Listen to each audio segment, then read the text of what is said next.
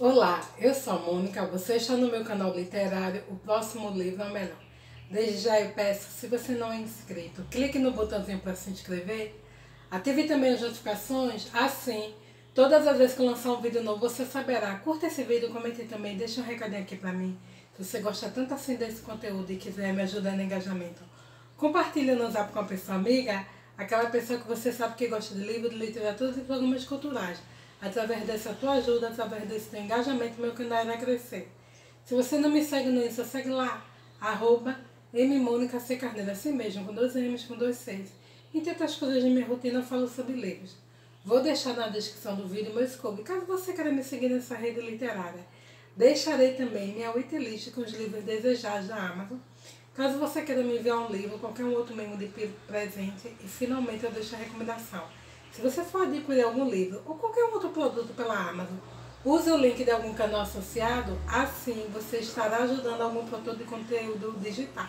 Dar os recados, venho hoje com Vida Opinião Resenha com esse livro maravilhoso, Irmãs da Revolução, uma coletânea de histórias com vários gêneros como fantasia, distopia, ficção científica, feminismo, é, pautada nessa ficção especulativa que procura discutir a realidade atual, a futura, trazer até elementos do passado para discutir e criar cenários dentro da temática do ser mulher em sociedade, né?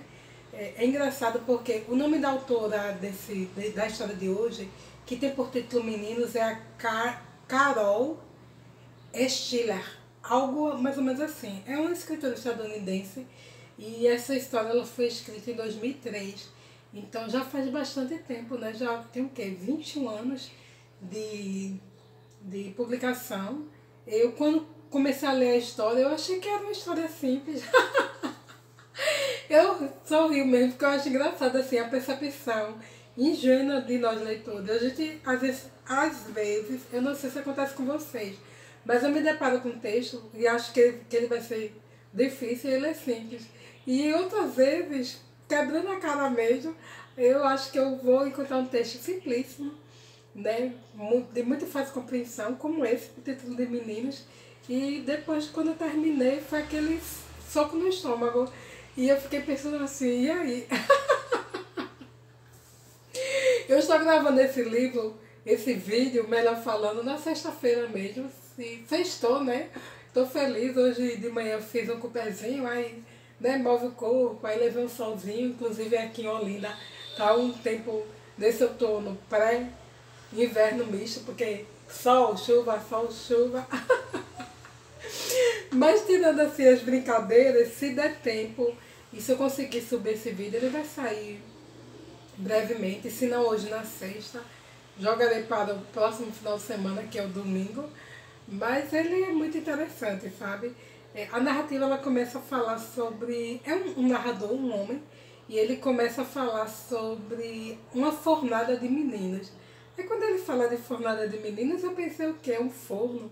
Eles vão fabricar meninos, robôs meninos, né? Mas não.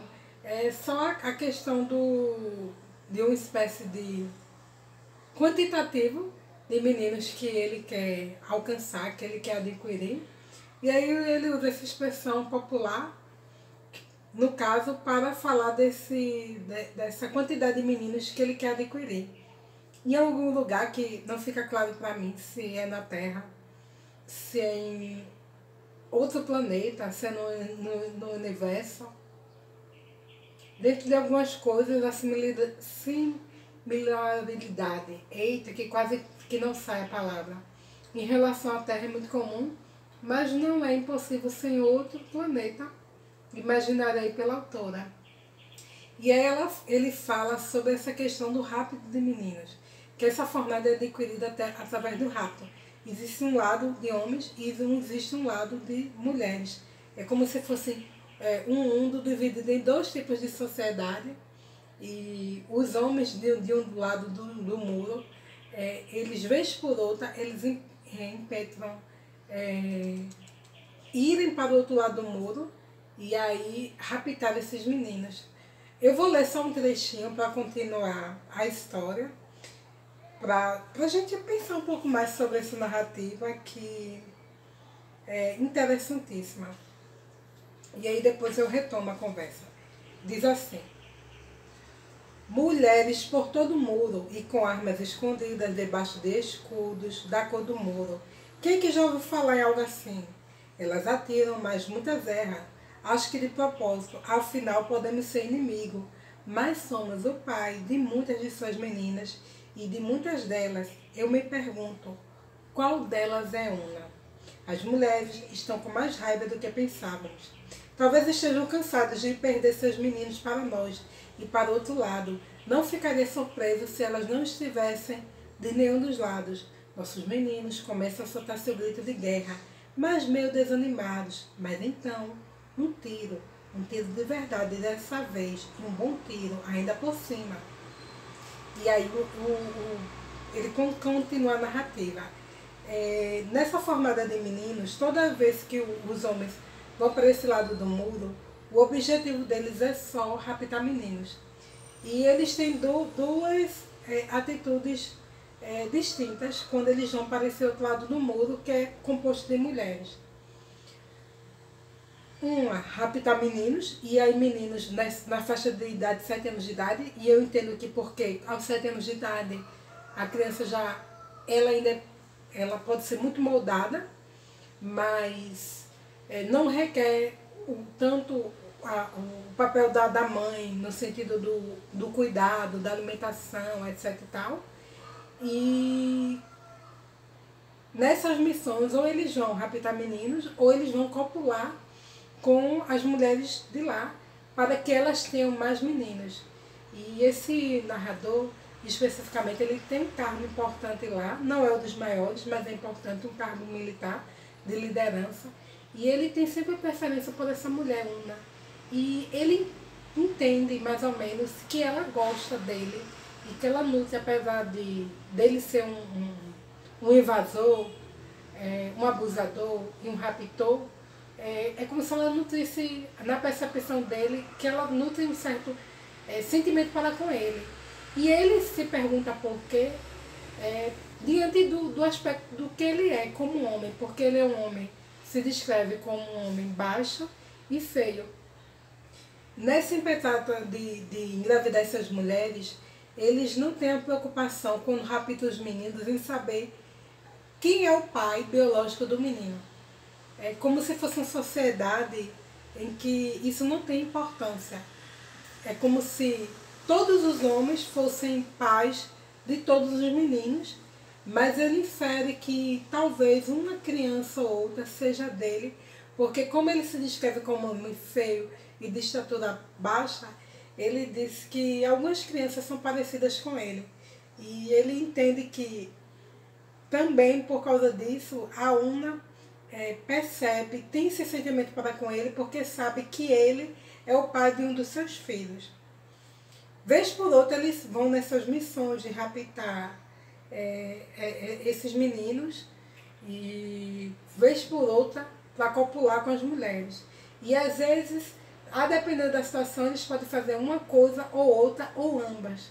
Mas em um dado momento, nesse descrito aqui, do trecho que eu li, ele está com muito mais interesse em copular com a Una do que raptar meninos. E eles tentam raptar e não conseguem, porque de uma forma surpreendente essas mulheres rivalizam com eles e combatem. E a Una atira nele. Mesmo assim, mesmo atirando nele, ela tem a preocupação em trazê-lo para sua casa, em cuidar dele para que ele não morra, extrair a bala, fazer um curativo, dar uma espécie de erva que vai trazer para ele um conforto no sentido de amenizar a dor. E ele meio que tenta conversar com ela, meio que sonha, e ele lá vai nutrindo perspectivas românticas em relação àquela mulher. A história avança e sempre fica nessa coisa da batalha e essa divisão muito bem estabelecida de sociedade. Um lado só mulheres, o outro lado só meninos. Eles não têm a preocupação em raptar meninas, e mesmo tendo essa questão do coito com um objetivo único, aparente, exclusivo de procriação, ele realmente foge um pouco da regra do que se espera dele, porque ele nutre esse sentimento para com a Una. E ele fala até da experiência dele como menino que um dia foi, e a primeira vez que ele pulou o muro das mulheres, e a primeira pessoa que ele copulou foi a Una, ele muito jovem, ela muito jovem, e talvez por isso ele nutra esse sentimento em relação a ela. Eu vou ler mais um trechinho. Hoje a história vai ser um pouco curta, mas eu quero, depois da leitura, fazer um fechamento em relação a essa história. E a minha percepção, que não é uma percepção única, una do texto, eu acho que o texto ele tem várias interpretações e vários pontos que a autora quer pensar em sociedade e a questão das pautas da mulher. Aí diz assim: então eu digo aquilo que não temos permissão de dizer ou sequer pensar. É uma coisa de mãe e filho, não algo a ser dito entre um homem e uma mulher. Eu digo: eu te amo. Ela se reclina para trás e olha para mim. Então enxuga meu queixo. Tente não morder o lábio assim, não importa mais, para mim importa. Eu gostava, eu gosto, eu já usei a outra palavra, por que não usar de novo? Eu amo o dia da cópula, mas só quando é com você. A narrativa avança e eu não vou falar sobre o que acontece posterior a isso, porque aí seria contar toda a história, mas eu fui pensar nessa narrativa e essa divisão de sociedades, e porque essa preocupação de ter muitos meninos, de um lado, separando o lado dos homens das mulheres, e essa questão da não preocupação, não importância da figura de um pai específico, mas de um pai coletivo como de filhos coletivos. Existem algumas seitas, e aí eu não vou citá-las, mas quem conhece um pouco de seita talvez possa inferir algumas seitas em que é possível acontecer isso. Existem as seitas, especificamente nos Estados Unidos, que acontece isso, de ter um líder espiritual e esse líder ele se casa com várias mulheres e essas mulheres são totalmente fiéis a ele, só podem manter relações sexuais com ele e ter filhos com ele, mas as mulheres se veem como irmãs e cooperadoras entre si para o bem comum daquele líder, e os filhos, apesar de cada um ser de uma mulher, são filhos também reconhecidos como comuns de ambas as mulheres, com a preocupação dele ser o único pai. E nesse tipo de seita, não é só o líder que prevalece assim, mesmo que ele tenha uma quantidade de esposas maiores, mas ele permite, vez por outra, que um outro seguidor de uma relevância tenha, por exemplo, 3 mulheres e vários filhos, né? Numa sociedade totalmente patriarcal, mas bem distorcida de uma realidade, como eu vejo, até de sociedades patriarcais mais antigas, e até se a gente pensasse hoje em sociedades patriarcais atuais contemporâneas, né? Só um pai, ou seja, autoridade única, e várias mães com vários filhos, mas a figura da mãe e dos filhos se fundem num só. E às vezes até acontece dos próprios filhos daquele homem, do patriarca, passar, as filhas no caso, passar a ser futuramente esposa deles, né? É algo assim bem complexo, bem triste, porque até algum incestuoso. E eu percebo nisso a única preocupação de prevalência do patriarcado, em detrimento da figura e da importância da mãe, da mulher e da linha matrilinear da herança, né? Genética, biológica e social, mesmo cultural, né? Então eu acho que a autora ela pensa muito nisso, nessa discrepância desse tipo de sociedade que foi do passado, mas ainda hoje existe E não precisa procurar muito não para a gente contar esse tipo de distorção, né? Eu acho que é uma crítica muito bem destinada a esse tipo de cultura e que a prevalência exclusiva e a predominância exclusiva do homem. E o homem como pai, o homem como chefe, o homem como líder, e os outros são apenas acessórios, submissos e obedientes a tudo aquilo que aquele homem estipular, né? É um texto, eu acho, muito duro, muito forte, mesmo que não aparente, porque traz essa denúncia para esse tipo de sociedade que, infelizmente, nos dias atuais, esse texto tem o quê? 21 anos já produzido, mas que ainda hoje existe, infelizmente. Às vezes o que acontece é a omissão do Estado e dos meios de comunicação de denunciar esse tipo de sociedade, que infelizmente só acontece mesmo quando há uma relevância no sentido do crime, do abuso, e aí alguém denuncia e vem a público, mas a gente sabe que existe, né?